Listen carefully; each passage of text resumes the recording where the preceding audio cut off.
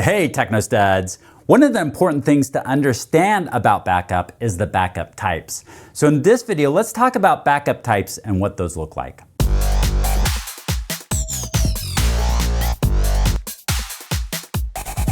In this video, we'll briefly mention those backup considerations. Then we're going to get into backup types, frequency, and backup plans.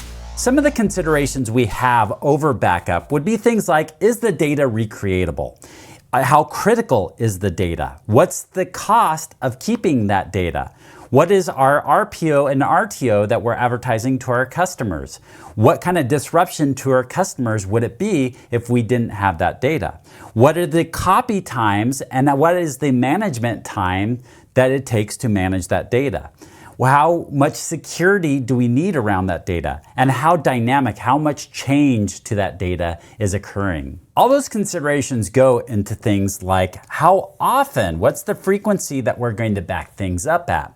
So we can see that, let's say this is an hour in between each one of our backups. And we're capturing these changes. So here's change 1, here's change 2 and 3 are happening this time. Then we go a couple times when there's not really anything being changed with this, then we'd see another change. So, one way that we could do is we just do a full backup every time. So this file gets backed up wherever these iterations are. And it's not going to change. It's just always going to get backed up. Whether there's a change or not, it's going to get backed up. That's a full backup right there. Now the problem is that a full backup every time could be problematic, not just from a monetary standpoint of backing up everything all the time, but also from a processing standpoint and a resource standpoint. A lot of times backups can be a little bit problematic on our systems, especially when we're doing full backups. So we may want to consider one of these others, like a differential, incremental, or synthetic backup. Where a full backup backs up everything, a differential backs up only the changes that has happened since the last full. Let's take a look at what that looks like. So let's say we have a folder here, and the folder has lots of files in it, and we're adding more files to it. So we're adding file 1, file 2, file 3, file 4, so on and so forth throughout the day. What we're gonna do is we're gonna start the day by doing a full backup of the full folder. So the full folder gets backed up at the beginning. From here, we're going to do a few differentials, and then midday, we're gonna do another full, and then we're gonna do some more differentials here. So that's going to be the process that we're going to use. So at 9 a.m., only one file is changed. So it's going to back up the changes for that file. So file 1 gets backed up. And then at 10 a.m., we see that there are now 3 files that need to be backed up. 1, 2, and 3. And then at 11 a.m., nothing has changed. So it's still going to back up files 1, 2, and 3. We do another full backup, which is the whole folder. So it gets fully backed up there again.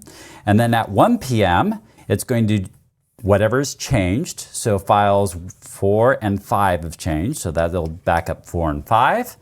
At 2 p.m., it's going to do 4, 5, and 6. At 3 p.m., 4 through 7. And at 4 p.m., you'll do 4 through 8. And then maybe we do a full backup at the end of the day again, and then the process restarts again. An incremental backup will take a backup of just the changes that have happened since the last backup. Not from the last full backup, but just from the last backup. So let's take a look at what that looks like. All right, we have a folder here, and we're going to do a full at the beginning of the day, and we'll also do one midday right here.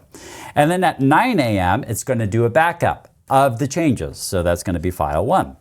And then at 10 a.m., we do another backup, but it's going to be doing the backup of the changes since the last backup, which is going to be 2 and 3. And then at 11 a.m., it doesn't have to do a backup at all because nothing has changed. At the 12 p.m., it backs up the full folder again. At 1 p.m., it's going to back up files 4 and 5. At 2 p.m., files 6. At 3 p.m., 7. And 4 p.m., files 8. because those are the changes that happen. So one thing that's great about this is it uses up less disk space because we're backing up less information. It's not not all the information since the last full.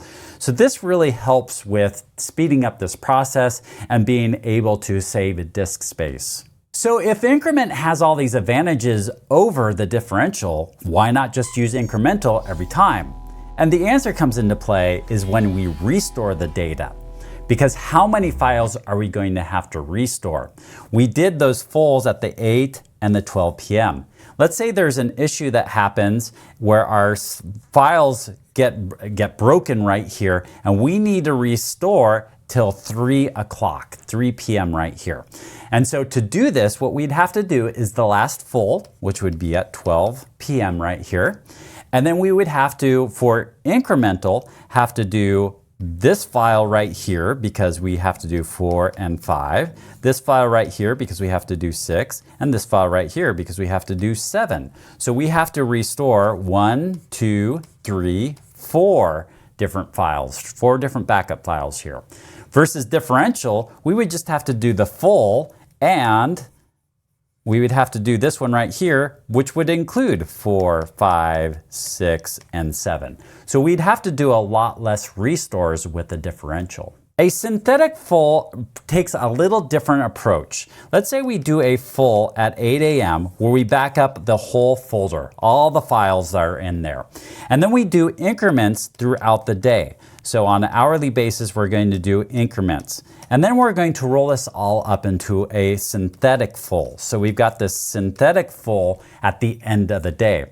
What's going to happen is instead of recapturing this whole folder and all the data again, it's just going to take this backup right here with all of the increments throughout the day and combine them to create a new full. So it's actually not going to go back and take from the source. It's going to take from the backups to create a synthetic full backup. And something we've toyed around with this whole time is the frequency in which we take these backups.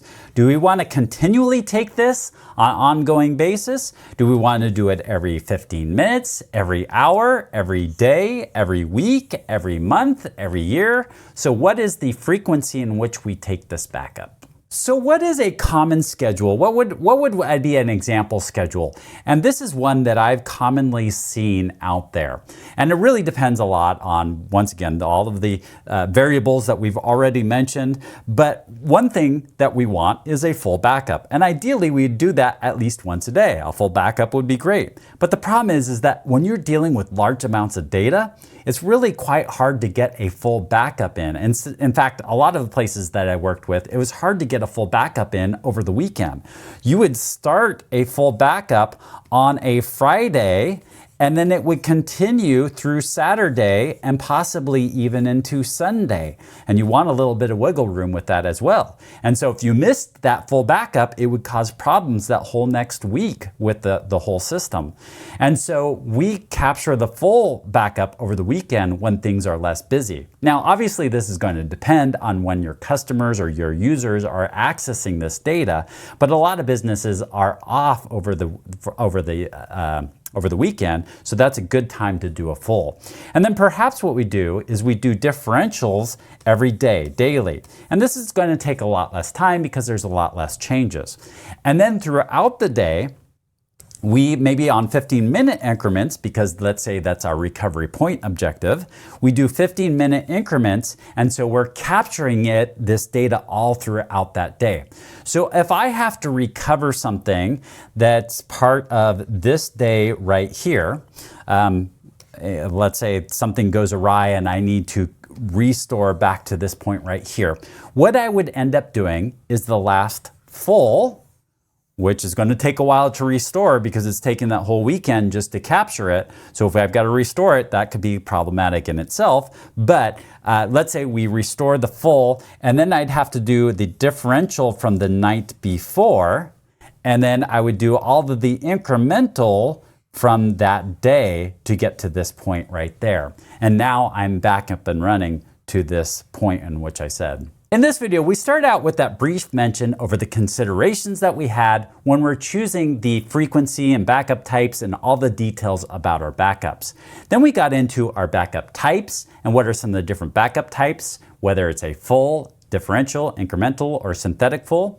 And then we got into the frequency and how we wanted to back things up, and we merged that all together to create a custom backup plan.